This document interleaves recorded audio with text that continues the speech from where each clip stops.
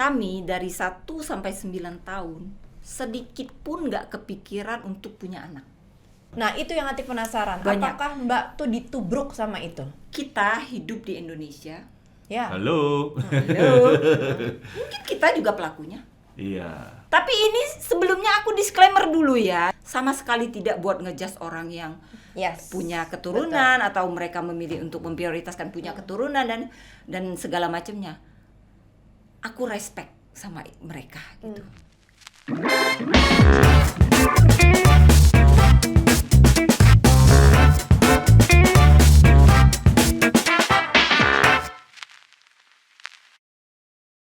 Hai teman-teman Apotik, kita ketemu lagi di Apotik Aditya Podcast bareng Jelantik. Gue Aditya Herpavi. Dan saya Jelantik. Kok gue jadi dan saya Aditya Herpavi. Dan saya Jelantik Herlanti and welcome to Our bedtime story. Bentar.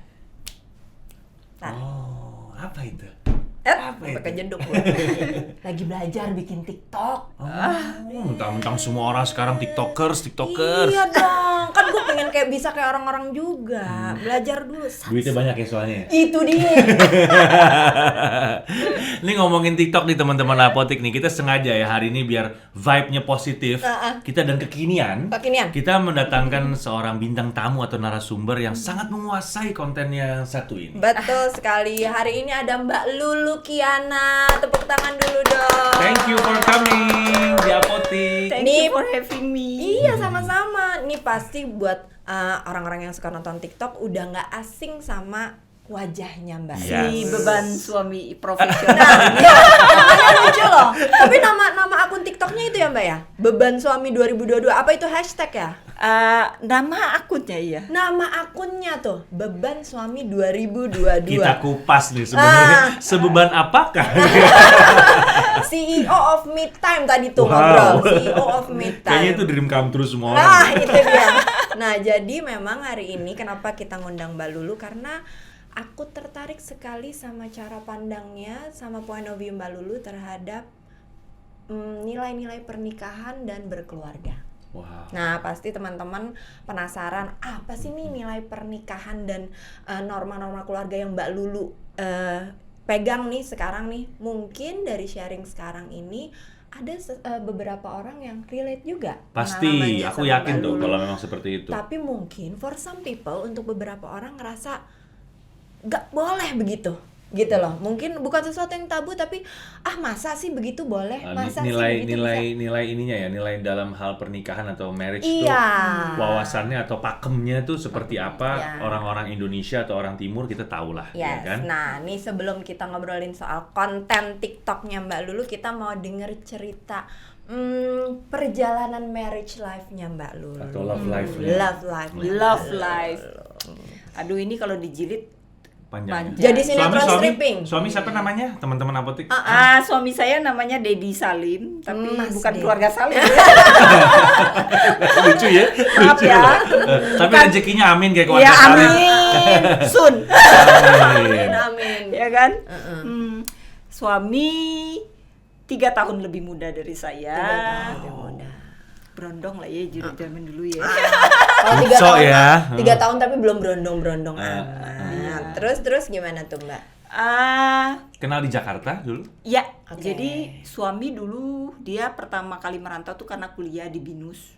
Oh, sebelumnya jadi dari luar kota. Lalu ke Jakarta. Suami Lampung, saya Bangka. Oh, Orang Bangka nih.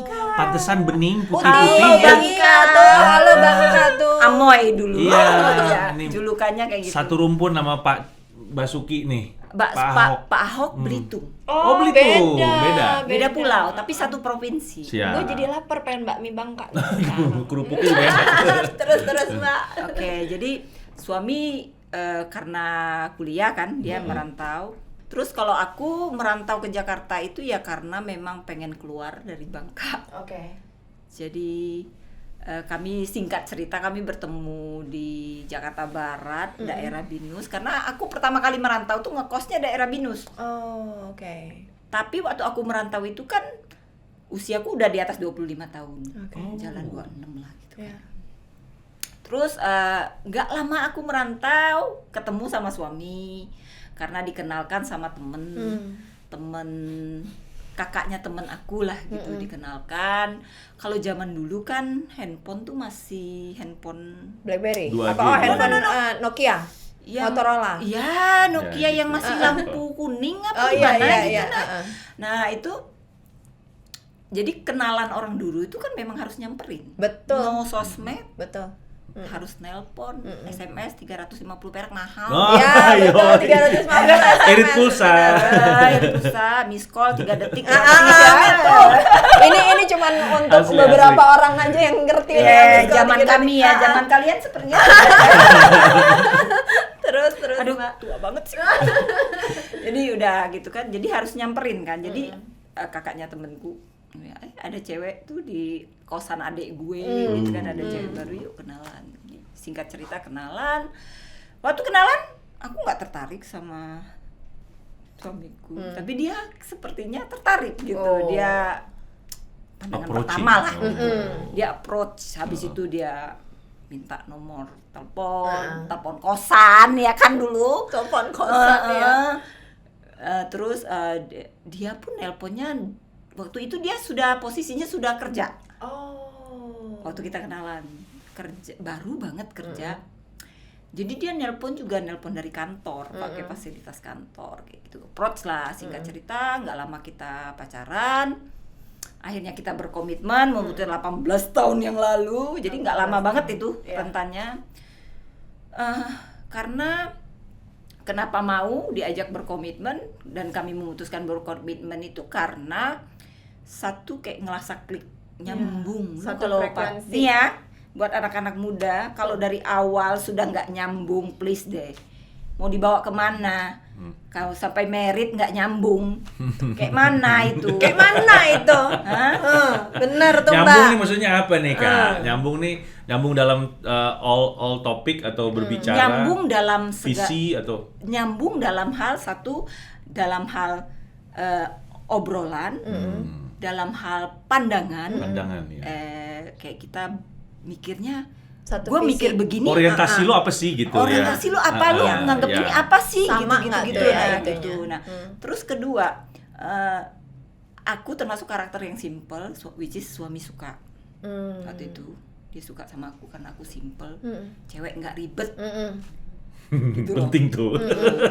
Jangan dibilang dulu seusia dia, anak muda seusia dia, ya pasti banyak mendekati cewek-cewek dong ya kan. Tapi yang karena mungkin dia orang yang nggak mau yang ribet, cewek yang gua deketin Yang mungkin dideketin yang yang, ribet, mau pergi aja tinggal bilang iya atau enggak aja pakai ngangeng gitu kan. Kalau gua sih sesimpel itu, gua enggak iya gitu. Itu yang membuat dia memutuskan mau gitu untuk next step sama aku. Sedangkan aku ya itu nyaman. Cewek itu lu kasih nyaman aja ya. Jadi yang kamu lihat dari suamimu saat itu, Nyaman. yang membuat dirimu yakin, nih oke nih. He's the Ah, one. nih. Gue mau nih Enggak berkomitmen langsung. sama dia. Nggak langsung yakin. Tapi ada prosesnya.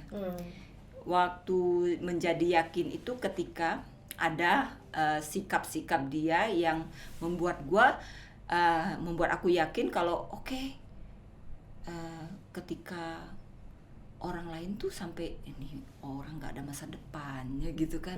Tapi aku sendiri kayak dia sebenarnya bisa one day dia akan menjadi pria yang bertanggung jawab dan bisa menjadi kepala rumah tangga yang baik. Waktu itu ada momennya. Saat itu kamu udah yakin ya? One day. Satu hari itu aku yakin, dan itu ketika kami dihantam banyak banget ujian. Seperti apa? Hard time banget kayak aku yang aku harus pertama kali udah pasti dalam hal ekonomi. Udah pasti dihantam. Waduh.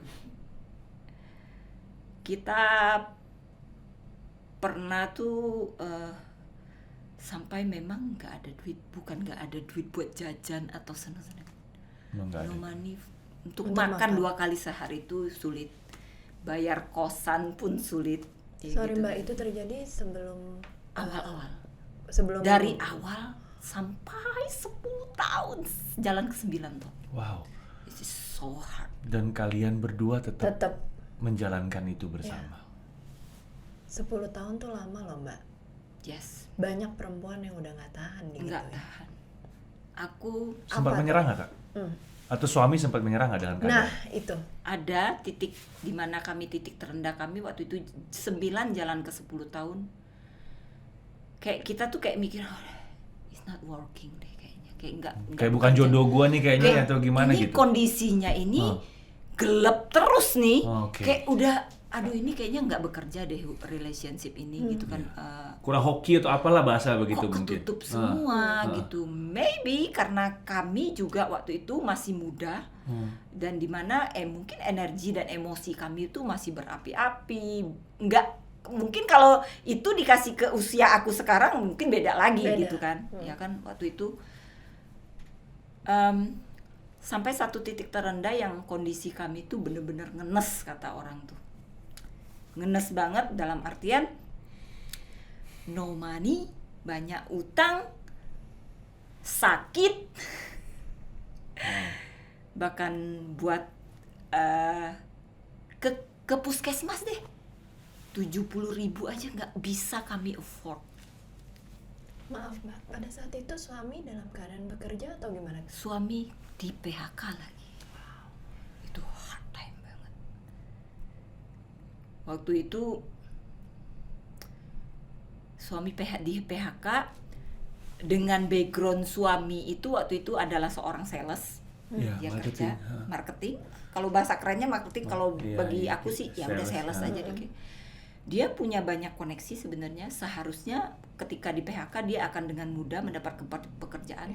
Nggak tahu kenapa waktu itu tidak dapat. Udah ngelamar kemana-mana.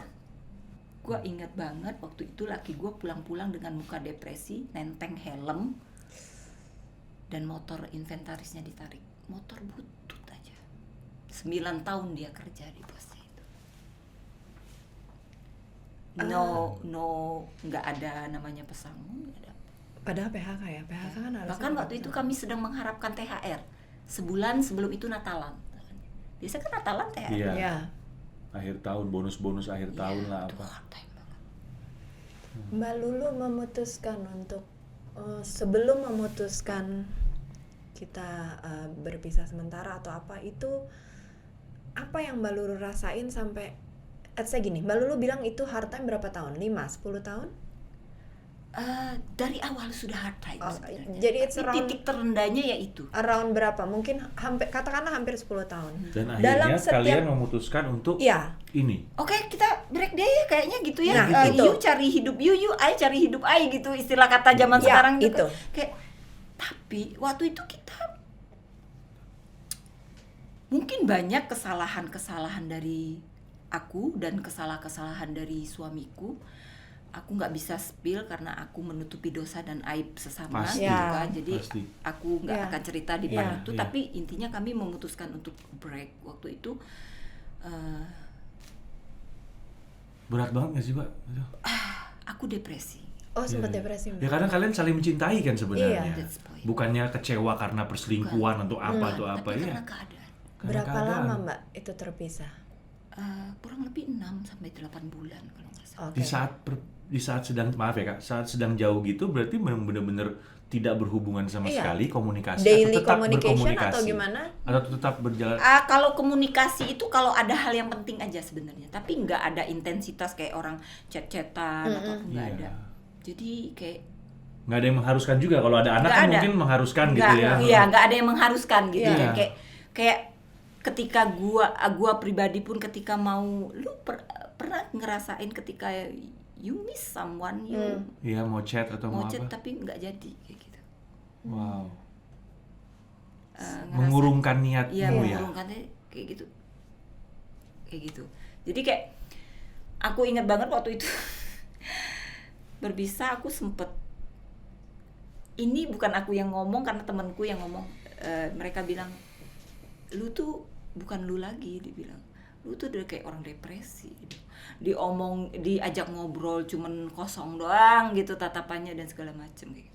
Karena waktu itu secara itu kami sepakat untuk memutuskan untuk break kayak gitu tuh sebenarnya sama-sama mau gitu. Memang oke lah. Sepakat untuk memutuskan berpisah. Iya, sepakat sebenarnya. 6-8 bulan tadi Mbak Lulu bilang, during the moment itu kalau tadi Mbak Lulu bilang intensitas komunikasinya kan enggak. Jadi ya cuman kalau perlu aja. Iya. Terus apa turning point Mbak Lulu sampai memutuskan untuk akhirnya kembali lagi bersama dia?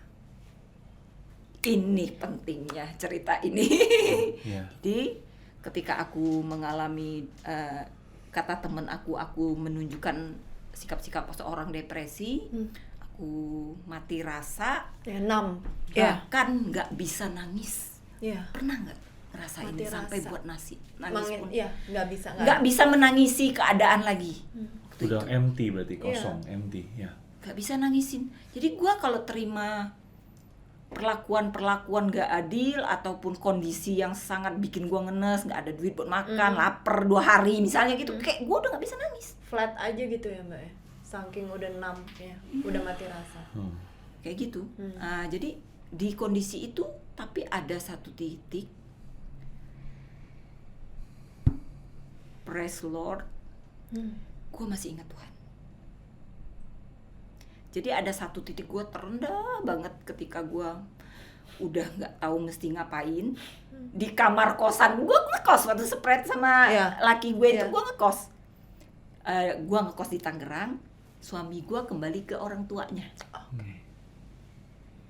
Dia kembali ke Sumatera atau kembali tetap di Jakarta? Orang tuanya ceritanya udah pindah di Jakarta nih. Adik iparku sama mertuaku udah pindah Jakarta. Dulu kita living together, terus mereka misah ketika kami sudah itu kita misah, terus kami misah ngontrak waktu itu di Ciledug. Aku pernah jadi warga Ciledug. Hai Ciledug. Banyak netizen gua orang Ciledug. Jadi kami itu hard time-nya. Terus kami terpisah, waktu kami memutuskan berpisah kan waktu itu dikontrakan ya, petakan. Suami kembali ke orang tuanya, kita kayak bisa tuh bawa kayak harta gono gininya cuman kayak rice cooker apa gitu loh. Kayak cuman kayak nge-packing kayak gitu, nggak ada barang berharga juga gitu kan, kayak terpisah gitu. Kayak tahu nggak, satu malam terakhir sebelum kita berpisah, kita nangis bareng. Itu terakhir kali aku nangis. Abis itu yang kamu bilang itu fase abis itu gue mati rasa. Kita nangis bareng karena sebenarnya true love-nya masih ada. Itu kan. Loving each other kalian tuh. Masih, cuma karena kondisi aja. Jadi abis itu udah, ketika gue di posisi depresi, 1 hari gue bisa teriak dan gue bisa nangis satu iterai itu gue udah nggak tahu ngapain. Gue sampai ngucap, mulut gue ngucap. Gue waktu itu gue nggak tahu lah, belum begitu mengenal Tuhan, tapi aku tahu Tuhan ada gitu, ngerti kan? Belum dalam kerohanian lah kata orang tuh. Tapi gue sempet teriak ke Tuhan waktu itu. Aku bilang, aku sekarang udah nggak punya apa-apa. Ini karena ini anugerah, gue bisa bergetar untuk menceritakan karena kebaikan Tuhan. Gue nggak punya apa-apa Tuhan. Kalau tapi di hati gue itu masih cinta, hati itu masih ke suami gitu. Aku bilang sama Tuhan, kalau memang suami aku Dedi Salim, bahkan aku menyebut namanya waktu itu, masih menjadi jodohku, tolong Tuhan buka jalan. Tapi kalau udah enggak, aku bilang gitu. Tapi kalau udah enggak, kuatin nih, gitu. Aku melewati ini. Terus abis itu aku over sama Tuhan. Aku kayak orang ngasih. Tapi Tuhan, kalau bisa aku menawar, aku bilang gitu. Kalau boleh aku menawar. Kalau Tuhan izinkan, Dedi Salim masih menjadi kembali kepada kami akan bersatu kembali. Aku rela menukar apapun yang ada padaku saat ini yang paling berharga. Sampai bikin over. Tahu nggak abis itu? Aku pada saat itu ndak ada di badan aku itu, di kosan aku itu, di itu aku yang berharga. aku nggak punya uang. Satu-satunya barang berharga maybe handphone. Yang buat aku mungkin menghubungi siapa temen, ngobrol sama temen, scroll sosmed mungkin ya kan. Yang paling berharga itu dia handphone. Dan you know what? Abis aku berdoa kayak gitu, beberapa waktu kemudian aku dijamret.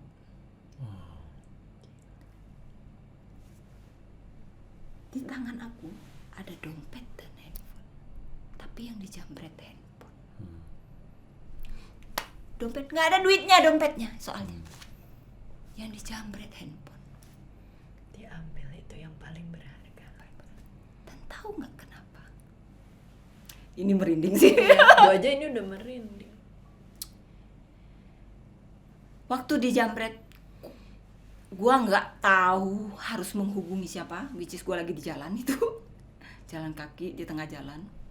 Gua nggak tahu menghubungi siapa, nggak ada satu nomor handphone siapapun, nomor telepon siapapun yang gua inget. Satu-satunya yang gue inget cuma nomor telepon suami gue. Akhirnya kamu telepon dia. Dan itulah titik baliknya. Tuhan jawab doaku. Secepat itu ya. Kamu ngucap kalau boleh dibarter barang yang paling berharga, tapi balikin dia. Ya, maksudnya in return ya. Iya. Tuhan kerjain loh semuanya. Kalau kita minta tuh ya, gue tuh kalau dengar cerita-cerita gini cengeng deh. Tapi emang bener Mbak, maksudnya ini di luar agama apapun, tapi kalau kita punya keyakinan terhadap Tuhan tuh ada jalannya gitu. Terus Mbak, itu titik baliknya. dan akhirnya ngobrol lagi Satu-satunya nih. nomor yang gue hubungi Langsung datang dong. Dia berarti gimana si tuh? abang. enggak, posisinya kan aku di Tangerang, di Jakarta. Tapi lebih kayak dia tuh masih punya concern loh untuk peduli sama Iya, aku. itu juga gue. Gua juga merasa gua kayak masih berhak loh untuk menghubungi dia gitu loh, ngerti kan maksudnya? Lo agak Bahkan ngarep. saudara gua aja kagak gua hubungi, gua nggak tahu nomornya gitu kan. Kayak gua tuh kayak masih punya hak untuk menghubungi Iya, dia, dan dia kayak masih merasa gua harus Ya. ini gitu. Jadi kayak waktu gua telepon dia, aku cerita aku kejamret dari dia, kok bisa sih gini-gini ya, itulah ya kan gini-gini. Akhirnya titik baliknya di situ, akhirnya kami CLBK kembali gitu ya. Kocak yang baru lagi sedih-sedih BBM wuh gitu. Terus CLBK yang biasanya ada di kontenku, CLBK itu cuma lihat beli kagak. Tapi ini CLBK beneran ya guys. cinta lama bertemu cuma lihat beli kagak. Window shopping. Gitu dah.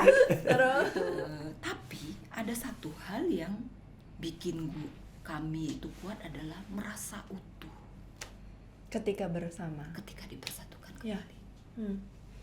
Merasa utuh di luar hal-hal eksternal Iya. lainnya ya. Paham. Merasa utuh Secara batin maksudnya. secara batin, merasa utuh karena dipersatukan kembali.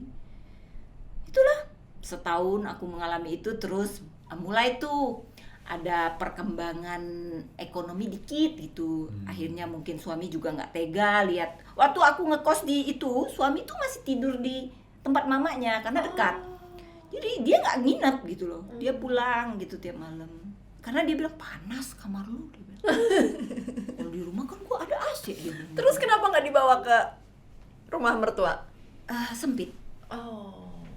Kan rumah mertua juga bukan orang mampu. Jadi setahun bertahan di situ, ya dinikmatin aja kata orang. Mulai tuh agak nyari yang dipindah di depannya, cari kosan yang AC. Tetap kumuh tapi AC, ngerti kan? Tapi tetap Pokoknya ada Best deal lah. Best deal. Nah, yang penting dingin lah tidur gue gitu. Kamar mandi masih di luar gitulah, ukuran 2x3 ya, kayak gitu dah. Itu. Nah, di kosan baru ini setelah berapa tahun kita jalani, setahun lebih tuh, mulai kita ada omongan kayak sudah mulai nih hubungannya tuh mulai itu, tapi ada titik jenuh juga. Hubungan yang utuh, tapi karena mungkin kan kita ini kenalannya dari dulu loh, bukan orang baru gitu kan. Ada memang kadang rutinitas, situasi, kita tuh mengalami namanya titik jenuh dalam hubungan itu pasti ada. Bullshit kalau nggak ada ya. Nah gitu. Tapi waktu itu kita tercetus ide dari mana ya? Gitu loh. Kita nikah secara sah agama dan negara yuk, gitu kan. Kita nikah berarti yang dulu-dulu nih belum nih ya? Kalau dulu itu nikahnya kayak secara adat gitu. Jadi kayak orang tua lu ngakuin, orang tua ngakuin, kita makan-makan keluarga, kita foto-foto di studio, itu merit bagi orang daerah. Iya, berkomitmen lah gitu ya. Berkomitmen. Nggak ada surat menyurat, nggak ada catatan sipil, nggak ada. That is why ketika kami break itu nggak ada ngejelimet surat menyurat. Ya bisa-bisa aja. Dan ketika break itu sebenarnya karena tidak ada catatan hukumnya, itu kita bisa ngaku single loh. Iya, karena memang tidak tercatat. Dan aku nggak janda loh. Iya. Berarti di KTP statusnya belum single ya? Iya, karena tidak dicatat negara. Iya, benar. Secara agama pun nggak ada suratnya gitu. Iya, betul. Ngerti kan? Kalau kita nikah ada pemberkatan, ada catatan sipil kan, gitu. Betul. Nah itu nggak ada, jadi kayak ya break aja. Dan mungkin kalau kita beneran pisah tuh aku bisa ngaku aku single gitu kan. Kayak artis Hollywood nih teman-teman Apotek nih, udah hidup bersama sekian tahun lah ya, berarti ya udah lebih 10 tahun. Kayaknya emang gue gak bisa jauh-jauh dari lo deh, baru menikah. Nah itu turning pointnya setelah kita mengalami badai yang besar. That is why kami punya quote adalah berjanji untuk tidak menghiraukan gerimis kecil karena pernah selamat dari badai yang hebat. Bagus Itu kenapa? Karena ini badai yang kami pernah selamat. Badai titik paling badainya yang tahun ke-9 itu yang ketika kami berpisah tuh. Nah tapi Mbak, lalu akhirnya memutuskan untuk menikah secara legal, tercatat gitu Kedua kali ini Kedua kali. Iya. Gitu. Akhirnya ada omongan tuh kita berdua tuh, tapi ini ya, bagusnya kami itu adalah komunikasi. Ingat ya, hubungan itu prioritaskan komunikasi. Kami berkomunikasi dengan baik. That is why sebelum kami melakukan itu, kami deep talk dulu. Deep talknya dalam hal ini kayak gini. Kami dari 1 sampai 9 tahun sedikit pun nggak kepikiran untuk punya anak. Karena keadaan. Ini yang baru aja aku mau tanyain ke Mbak Lulu. Karena keadaan, bukan karena keinginan. Keadaan. Gini, gue pengen punya anak, tapi lihat kondisi gitu loh. Makan saja susah. Buat provide kami berdua aja, makan sehari 2 kali aja. Ini ngomong 2 kali loh, bukan 3 kali. 2 kali aja berjuang susah. Gitu. Sampai gue pernah berdua sama laki, gile kalau gue punya anak mau jadi apa? Kita berdua loh ngomong kayak gitu. Ini belum cerita-cerita bandel-bandelnya kami ya. Ya kan? Busuk-busuk bobrok-bobroknya kami ya, belum ke situ ya. Gitu kan. Mau jadi apa gitu. Jadi lebih ke tidak memprioritaskan itu gitu loh. Jadi kayak lebih, kalaupun kami merangkak nih, kami dari jatuh nih, naik pelan-pelan. Pada saat naik pelan-pelan ini boro-boro mikirin itu, tapi lebih memikirkan untuk kehidupan yang lebih baik. Betul. Gimana caranya langkah kita makin pelan ajak. Itu betul. Namanya realistis, Kak. Aku sangat realistis. Karena kadang-kadang untuk beberapa orang tuh kayak ngerasa itu sebenarnya dari pasangan Mbak Lulu dan suami mungkin deal dengan kesepakatan itu. Tapi kadang-kadang yang ganggu tuh apa Mbak? Mertua, ipar. Nah, kamu menghadapi itu nggak Mbak? Betul. Jadi norma kebudayaan yang lo kan udah nikah, kapan punya anak? Kapan itu? Nah, itu yang Atik penasaran. Banyak. Apakah Mbak tuh ditubruk sama itu? Kita hidup di Indonesia. Ya. Halo. Mungkin kita juga pelakunya. Iya, benar. Kita nggak tanpa sadar, mungkin kita pelakunya juga. Kadang kita bisa keceplosan nanya orang, anak lu berapa? Udah punya anak belum? Gitu kan. Mungkin. Jadi kita nggak bisa deny itu. Yang harus kita terima. Aku punya prinsip, tidak semua pertanyaan harus ada jawaban. Ditanggapi. Ditanggapi. Tidak semua pertanyaan harus dijawab. Beberapa pertanyaan cukup didiemin dan disenyumin aja. Ketika kita tidak membuka mulut kita kan nggak jadi apa-apa. Sesimpel itu kok. Itu pasti ada. Tekanan sosial tuh ada. Tiap kali ketemu teman lama, anak lu berapa? Belum, gue bilang gitu. Pasti kan? Terus kapan punya adik? Pak temen apa? Kan mungkin temen deket sekali. Saya mau coba tuh Kak, kalau saya pulang agak lewat jam 12 malam ya, jam 2 gitu, kalau istri saya, kamu dari mana jam segini belum pulang? Senyumin aja. Langsung pas. Kalau itu kayaknya nggak berlaku deh. Itulah bos. Sepertinya itu tidak berlaku ya.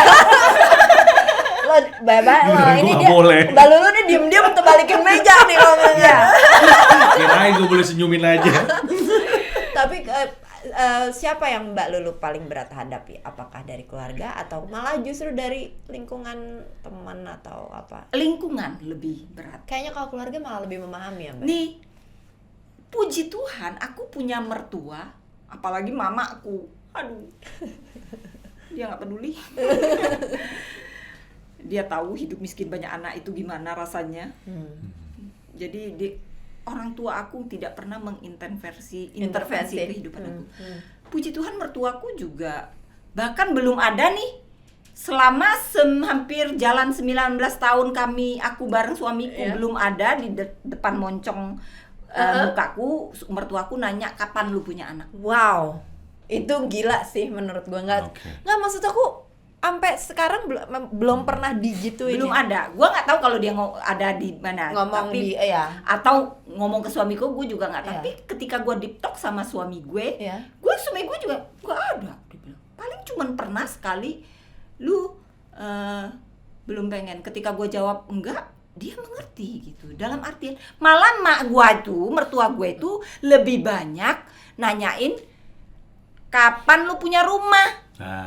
Iya. Lebih ke quality of life ya. Dia tuh malah tiap kali ketemu kita tuh ngomongin itu malahan. Gak banyak sih tapi ya orang tua. Itu perlu di-adopt tuh. Wawasan yang bagus itu modern itu. Iya, kan kalau kebanyakan orang ya seperti Mbak Lulu tadi bilang, kita nggak sadar aja Tik. Kadang-kadang itu udah keluar aja dari mulut kita, anak lo berapa? Ya nggak, itu nggak sadar. Tapi ini, aku hari ini dapat satu referensi baru dari Mbak Lulu. Ada ya orang tua kayak gitu? Ada. Jarang loh Mbak. Itulah anugerah buat aku. Iya, alhamdulillah. Maksudnya dan aku punya ipar, puji Tuhan juga iparku cowok semua. Jadi mama mertuaku ini punya 4 anak cowok. Suamiku paling tua. 3 ipar gitu. Jadi adik laki semua nih ya. Adik ipar nih. Ya lebih gampang punya ipar cowok ya daripada cewek ya. Karena begini ya, sesama perempuan itu tidak bisa dipersatukan dalam satu atap. Nah, pasti selek. Tuh. Perempuan dan perempuan lain itu tidak bisa hidup satu rumah. Karena naluri perempuan itu bersaing. Oke. Benar. Siap. Iya. Gitu kan. Jadi udah mertua gue malah kalau misalnya nih dia ketemu temennya, ada temennya datang pas ada gue, dia malah nge-counter gue loh. Nge-cover gue loh. Gitu kayak misalnya kan namanya orang tua ya kunci ya gitu. Siapa nih menantu gue, kata mak gue kan menantu, udah punya anak berapa? Malah mertua gue kayak masih muda, dia bilang gak usah pikirin itu. Malah dia nge-cover gue. Iya. Gitu lah. Iya. Jadi kayak ya udahlah gue bisa ngeles gitu. Gitu kan. Iya. Gitu. Wow. Jadi kita kan nggak bisa ngejudge mana nilai hidup yang benar dan mana nilai hidup yang salah. Bener. Hari ini Mbak Lulu tuh banyak banget ngebuka, ada loh orang point of view-nya begini. Iya. Dia memilih cara hidup dan point of view yang Ya, norma yang dilakukan dalam pernikahan itu memang mungkin lebih ke kebudayaannya orang yang dari negara-negara maju itu. Iya, Kalau yang aku sih, lihat, sebenarnya. itu ini kita nggak ngomong ada yang salah atau ada yang benar ya. Iya, enggak. Ini point of view about marriage, about life gitu. Iya. Kalau buat gue yang udah jadi orang tua, kebetulan kita juga punya anak yang udah beranjak remaja dewasa, ini insight banget sih. Jadi dengan keadaan situasional negara dan semua nih ya, ada pasca COVID lah kemarin, pengalaman badai kita 2 tahun kayak begitu. Kayaknya emang sebenarnya kita nggak, sebagai orang tua tuh sebisa mungkin jangan terlalu membebani anak-anak kita akan hal itu deh. Betul. Karena kita juga nggak tahu sih ke depannya ini bakal what's gonna happen in the next future gitu loh. Is going to be better or worse? Betul. Karena kita melahirkan seorang anak, seorang cucu atau generasi penerus, kita mau kasih apa buat mereka? Itu dia. Yang gue tangkap ini dari omongan lo tadi. Bagus, menurut gue itu sesuatu hal yang sangat dewasa lah. Ya orang mertuanya bilang enggak, bukan punya anak. Kapan kamu punya rumah? Iya.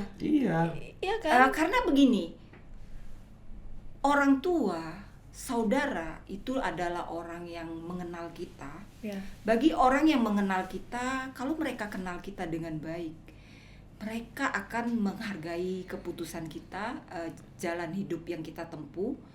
Mereka nggak akan justru orang yang nggak kenal nih yang rese nih biasanya kan, ya kan, bener. Yang nggak ada kontribusi apa-apa yang rese malahan. Betul. Tapi kalau mertua karena dia tahu banget, kami tuh kondisinya gimana gitu dari dulu sampai sekarang. Maksudnya dari awal-awal tuh kondisinya mereka orang tua tuh tahu banget gitu, mertua tuh tahu banget kondisi kamu itu udahlah nggak ada kapasitasnya buat sekarang nih kita ngomong sekarang lain nih, gitu. Present time ya. Sekarang wah lu kan udah keren lu sekarang malah lu gini, kenapa nggak sekarang? Oke. Nah ini sering dipertanyakan oleh netizen setiap kali komen di konten gua, Kak Lulu nggak punya anak, Kak Lulu nggak pengen punya anak. Yang satu nih ya yang aku mau note ke teman-teman. Kadang netizen ini lupa yang dia tanyakan itu ke wanita 45 tahun. Iya benar. Risiko ya, high risk benar. Iya benar. Nggak pengen punya baby, dia lupa yang dia tanya itu adalah wanita berumur 45 tahun. Ketika kondisi ekonomi kami mulai membaik, udah lebih baik. Kepentok usia. Kalau gua pribadi sama laki gua baru semalam gua TikTok sama laki gua sebelum podcast ini. Sebelum podcast kita TikTok loh. Apa yang harus kami perbincangkan? Kami realistis. Iya. Banget. Tapi kalau Tuhan kasih gimana? Tiba-tiba katakan lu hamil gitu. Kita never know. Benar. Ayo lo. I believe no. Oh gitu. Karena jangan udah lo nego juga kali. Karena begini. Kalau masalah hubungan gua sama Tuhan tuh is personal. Betul. Journey. Paham. Dan gua juga bukan berarti gua nggak ngomongin tentang Tuhan atau apa, tapi gua nggak kurang-kurang bertanya ke Tuhan dan berdoa, which is ini adalah kemauan Tuhan juga. Iya. Skenario. Benar. Skenarionya Tuhan. Benar. Purpose hidup kamu. Semua orang hidup orang dicipta itu punya tujuan loh. Betul. Bahkan tikus saja punya tujuan loh. Betul. Gitu kan. Apalagi kita manusia. Jadi setiap orang itu punya porsi dan tujuan hidupnya ketika dia diciptakan, dilahirkan itu punya tujuan hidupnya dan kami kayaknya bukan di situ tujuan dan Tuhan juga menempatkan keadaan kami diproses dengan keadaan seperti ini dan akhirnya setelah kami tua ini berumur 45 tahun ini semakin kesini kami semakin bersyukur, sangat-sangat bersyukur kami tidak memiliki anak. Wow, itu sesuatu yang berarti tidak ada penyesalan, tidak ada apa ya? Enggak. Jadi ada hal-hal yang beberapa hal yang Tuhan bukakan ke kehidupan kami. Yang Tuhan bukakan, kasih kami kumpulkan puzzle kehidupan kami ini. Yang mungkin kalau kami memiliki anak, kami nggak bisa ketemu puzzle itu. Jadi kalau sekarang kami sudah menerapkan dan mengetahui kebenaran rasa bersyukur itu apa. Most people bersyukurlah atas apa yang kamu miliki. Coba bersyukur the next level. Bersyukur juga atas apa yang tidak kamu miliki. Wow, keren banget. Bersyukur dengan apa yang kamu miliki akan melahirkan perasaan kurang. Kenapa? Tapi gue belum punya ini, pengen. Kan harus milik dulu baru bersyukur. Kenapa nggak dibalik? Nggak punya pun kamu harus bersyukur. Another level nih, Tik. Yes. Karena ketika saya bersyukur juga dengan apa yang tidak aku miliki, damai, nggak ada perasaan kekurang, cukup. Kami mengerti banget rasa cukup, bahagia dan rasa cukup itu gimana. Mengerti sekali. Tuh dengerin tuh teman-teman apotek, itu quotes banget tuh ya in life ya. Jadi bersyukur bukan cuma terhadap sesuatu yang sudah milikin, tapi juga terhadap sesuatu yang belum atau tidak kita milikin. Dan ini aku bisa ngomong kayak gini karena aku menerapkan dan aku merasakan. Merasakan. Tahu nggak setiap. Tapi ini sebelumnya aku disclaimer dulu ya, jangan sampai orang lain salah penilaian. Di luar sana kan banyak orang yang sudah memiliki anak-anak, menjadi orang tua. Jadi disclaimer dulu, ini statement ini adalah pengalaman hidupku. Betul. From your point of view. Ya, point of view. Jadi sama sekali tidak buat ngejudge orang yang punya keturunan atau mereka memilih untuk memprioritaskan punya keturunan dan segala macamnya. Aku respect sama mereka gitu. Hebat tapi ya. Respect. Komitmen banget loh itu. Ya, tapi kami ini sekedar dari aku, ketika ini aku bilang kenapa aku ngerasain rasa syukur ketika aku nggak punya itu. Kami nggak punya mobil.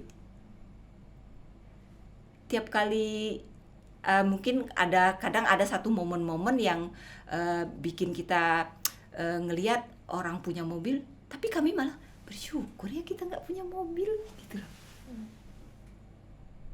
Beda loh. Sama seperti hal ketika kami melihat orang-orang yang bermain dengan anak-anaknya, lihat orang tua dengan anaknya.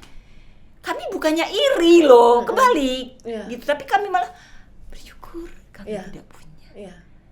Dan itu happiness buat kami. Rasa syukur itu. Gue sulit menjelaskan ini, orang yang tidak merasakan tidak akan tahu perasaan ini. Ngerti Mbak? Bener. Oh, bersyukur. Tapi bukan berarti aku memusuhi anak kecil. No. Bahkan ada netizen, aku punya sahabat, anak sahabatku tuh sering nginep di aku. Mungkin dari bayi, dari dia dalam perut mamanya itu kita udah punya bonding. Dia bahkan panggil aku mami gitu kan. Udah deket banget. Aku sayang sama dia, aku welcome sama dia gitu kan. Dia sering datang nginep, kadang bahkan netizen suka ngomong, Cici hebat ya nggak punya anak tapi nice sama anak kecil. Loh, lu nggak memiliki bukan lu benci kan gitu kan. Ini loh, lu nggak piara kucing bukan berarti lu ketemu kucing lu harus bunuh tuh kucing gitu. Betul. Kan aneh. Ya kita tetap bisa being nice kok sama anak kecil. Menurutku anak kecil ya cute. Mereka cute lah gitu kan, adorable gitu kan. Tapi kan gua untuk rasa memiliki itu nggak ada. Untuk memilikinya nggak ada gitu. Ya, memang nggak banyak yang punya pandangan seperti Mbak Lulu, tapi patut dihargai dan patut menjadi sebuah referensi, karena aku yakin sekali mungkin ada banyak orang di luar sana yang kepingin sebenarnya ada di posisi Mbak Lulu. Kepingin loh, dalam artian memilih untuk tidak punya anak, tapi itu kebentur sama sosial. Itu. Jadi makanya sikap hati harus dibenerin. Nah, tuh dapat tips lagi. Jadi udah banyak banget ini muatan-muatan ya dari Mbak Lulu nih. Jadi oh iya ya. Ini kan point of view yang berbeda dari pada umumnya. Betul. Pasangan-pasangan pada umumnya terutama di budaya kita orang timur ya, orang Asia gitu kan. Mereka mengejar itu keturunan ini. Kalau ini berbeda. Tapi begini ya, aku realistis dan sangat realistis,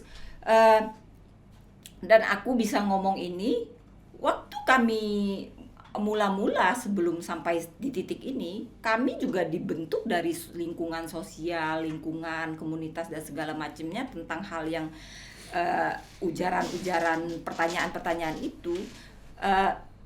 Gua nggak bisa bohong, kadang keintimidasi juga waktu zaman kami dulu ya. Pasti. Waktu aku nggak staff ini ya. Waktu zaman itu kami keintimidasi sempet bahkan bertanya ke diri sendiri dan pasangan, emangnya kita harus punya anak ya gitu, kayak bertanya-tanya gitu. Emang iya ya orang nikah tuh harus punya anak ya gitu. Emang kita harus ya punya anak gitu. Kayak kita tuh saling melempar pertanyaan itu karena kata si A, kata si B, kata si C gitu. Kayak tekanan sosial tuh memang gua nggak bisa bohong itu terjadi. Itu kami alami juga gitu. Cuman akhirnya karena komunikasi antara kami berdua ini bagus. Jadi kami tuh sering deep talk untuk itu. Ini bakal jadi masalah nggak? Dari point of view Kak Lulu nih ya sama suami ya, karena emang kalian berdua tuh kan udah soulmate lah ibaratnya. Kalian punya ini nggak, penilaian tersendiri nggak? Sebenarnya life marriage yang ideal tuh di mata kalian tuh seperti apa sih? Coba, gue jadi kepo, gue pengen tahu deh. From your point of view ya, point of view. Bukan secara kalau buat gue sendiri general. sama laki gue, ideal marriage tuh kayak gini. Marriage ya, jadi jangan menghubungkan bahwa akan ada anak atau apa, tapi berdua, ideal. Pernikahan berdua. No standar, nggak ada standar kebahagiaan married life itu yang kayak gimana. Intinya kalau dari kedua pasangan suami istrinya itu asik menjalaninya, ridho untuk menjalaninya, that happiness. Jadi nggak harus married life tuh harus kayak gini loh, harus begini loh. Ya, nggak ada standarnya. Idealnya standarnya bahagia married tuh kayak gini. Ya. Cuman satu hal yang kami terapkan adalah, beberapa hal yang kami terapkan adalah, kalau sekarang ya, landasannya sih harus kuat rumah tangga itu. Benar. Nah, nih aku ini sedikit nih, mau nyebrang sedikit. Ini kan aku kenal sama Mbak Lulu gara-gara TikTok. Kamu emang follow ya? Follow aku. CEO of Me Time dan Beban Suami 2022. Itu tahun berapa Mbak kamu bikin pertama akun rilis, TikTok dan kenapa namanya Beban Suami 2022? Akun Beban Suami, konten Beban Suami ya sesuai dengan nomor belakangnya itu tercipta tahun ini 2022. Jadi sesuai ada 2022. Oh gitu. Iseng untuk ngisi waktu kosong atau emang lu konsepin? Ini buat nyari bisnis nih. Ya oke kita udah deh. Iya. Asal mulanya gini. Aku punya akun TikTok itu dari waktu Corona 2020. Ya. 2 tahun yang lalu. Ya. Punya akun itu. Iseng kok TikTok apaan sih? TikTok dulu kan nggak main ya. TikTok apaan sih? Ya tahu sendiri lah zaman Covid kita gabut to the max ya. Gabut yang sampai nggak tahu deh gitu kan. Gitu. Gua iseng install. Nah, waktu install itu gimana sih cara mainnya gitu kan? Aku cuma scroll doang.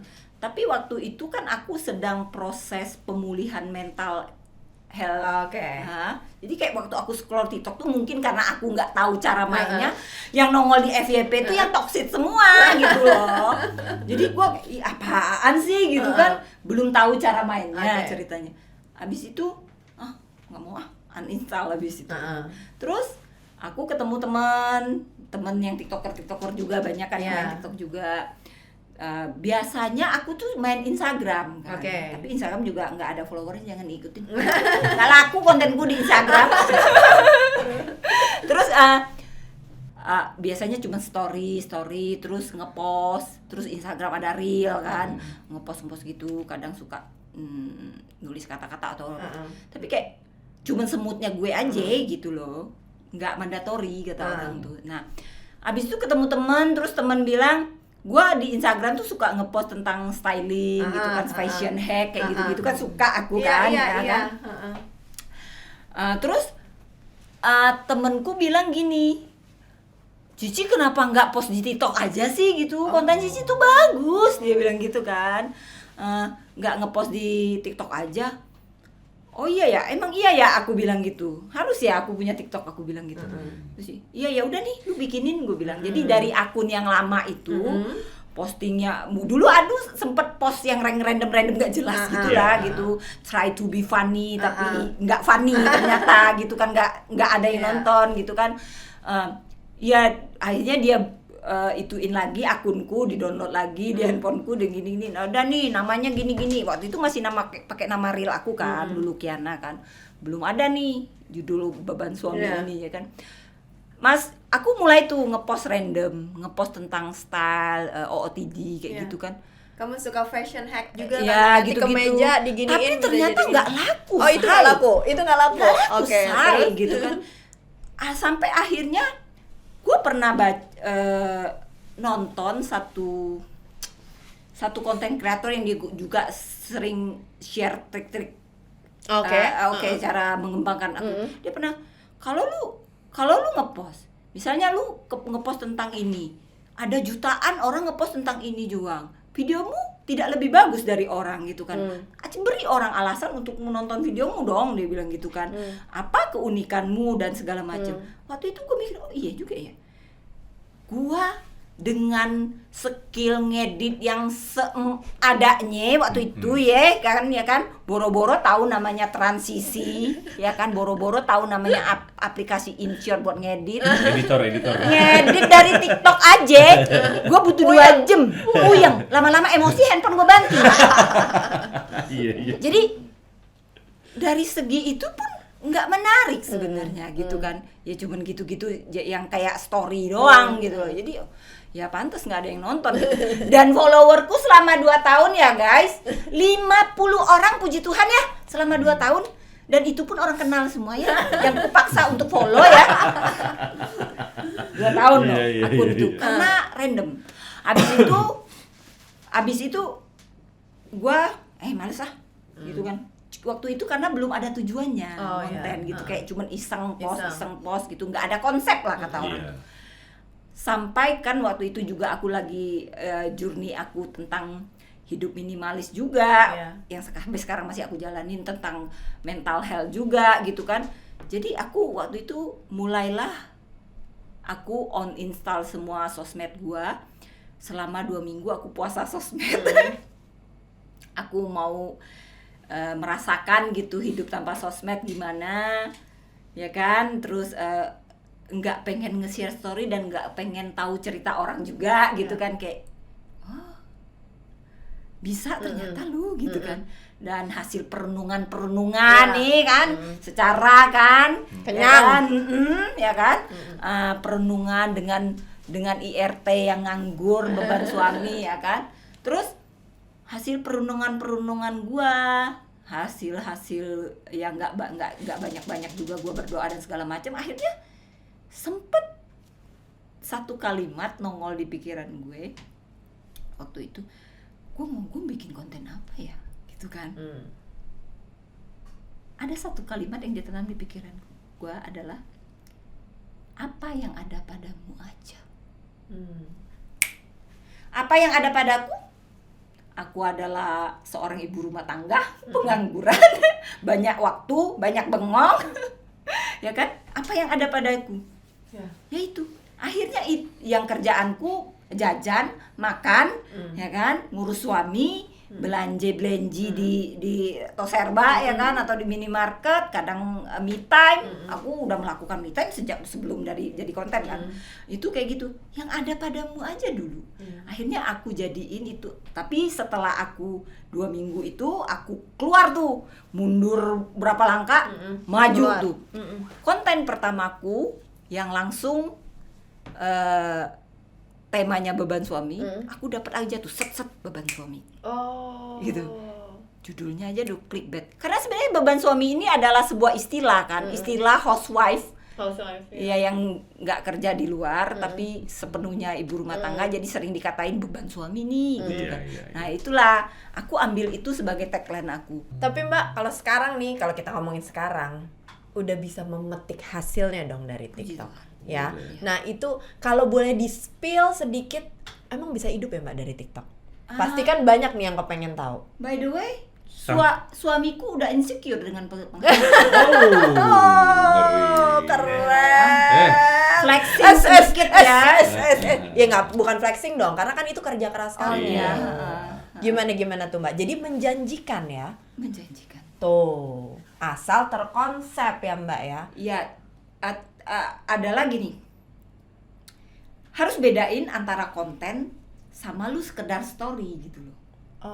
Kalau konten itu harus ada tema yang kuat, ada ceritanya, mungkin kamu bisa bermain, kalau kamu kepandaiannya di voice over atau kata-kata atau apa, ya main di situ. Tapi sebenarnya netizen itu suka cerita gitu. Suka ngebully. Suka mendengar cerita dari ini. Yang gua omongin ini adalah konten vlog ya. Ya kan aku temakan vlog kan. Lebih ke vlog, daily activity. Daily activity. Itu harus dibedain. Jadi kayak jangan sekedar, dan sebelum kamu post, kamu tonton dulu kontenmu. Gua kalau jadi netizen, gua mau nggak nonton konten ini? Jelek, nggak mau. Jadi intinya menurut gue ya, dulu orang tuh, sorry ya Mbak, giniin anak-anak TikTok tuh gini, alah cuman apaan sih? Ya nggak? Padahal joget-joget doang. Mereka kerja loh, maksudnya kamu berpikir, kamu mikirin konsepnya konten gue nih apa. orang mau nggak nonton itu, bagusnya gimana, belum lagi yang Mbak bilang ngeditnya tuh setengah mati loh. Aku sampai hari ini yang membuat aku capek itu ngedit. Kalau ngevlog itu aku suka karena suka ya. Beda ya kalau kita suka. Tapi kalau ngedit sebenarnya gue belum suka karena tuntutan aja. Tapi gue suka-sukain. Tapi setiap kali mau ngedit gue nego dulu nih, bikin kopi dulu ujung-ujungnya berakhir dengan scroll. Iya.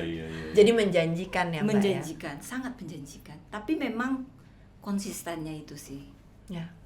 Pokoknya satu hari minimal satu postingan. Ya, strateginya semua tuh pekerjaan harus... sih Mbak, semua pekerjaan tuh harus TikTok punya tuh konsistennya itu sih yang bener-bener lu harus jaga. Tuh ya, jadi sudah banyak banget dapat insight mau cari duit di TikTok sampai dengan perjalanan perkawinan sampai dengan point of view Mbak Lulu tentang bagaimana dia menjalani pola berkeluarga. Nah, sekarang terakhir nih Mbak, ada namanya segmen Say Something. Yes. Mbak Lulu boleh dong mau ngomong, mau say something apa buat suami tercinta dong ini khususnya. Boleh. Jadi mau ngungkapin apa, mungkin selama ini ada yang pengen diungkapin karena ini kan jejak digital. Mbak Lulu boleh ngomong ke arah situ, terus mau ngomong apa buat Mas Dedi. Monggo. Waktu dan tempat kami persilakan. Gitu ya. Sebenarnya ini udah pernah diomongin sih, tapi aku nggak apa-apa biar lebih teruntuk suamiku. Aku cuman bisa mendeskripsikan suamiku dengan satu kalimat, adalah suami yang tidak pernah menuntut, tidak pernah marah. Terima kasih sudah menjadi suami dan kepala rumah tangga yang sangat bertanggung jawab dan memprioritaskan aku. Terima kasih sudah menyimpan dan mengampuni segala kesalahan dan aib dan dosa-dosaku. Menjadi suami yang tidak pernah menyimpan kemarahan dan dendam. Terima kasih. Semoga video ini tetap masih bisa kita tonton sampai kita menua dengan manis bersama-sama. Aduh, manis banget. Amin. Ya. Nice. Terima kasih banyak Mbak Lulu udah datang main ke sini, sharingnya banyak banget. Mudah-mudahan muatan hari ini bisa menjadi referensi buat teman-teman apotik di luar sana. Yes. Jadi banyak tuh tadi pelajarannya. Pokoknya harus yakin sama pilihan hidup kalian ya Mbak ya. Gitu. Jadi dan terakhir, don't forget to like, comment, and subscribe. Terus follow juga semua social media platformnya Apotik. Follow Mbak Lulu juga di TikTok ya. Oke. Yang belum follow harus follow. Akun Beban Suami 2022. Oke, see you when I see you and good night. Good night. Thank you.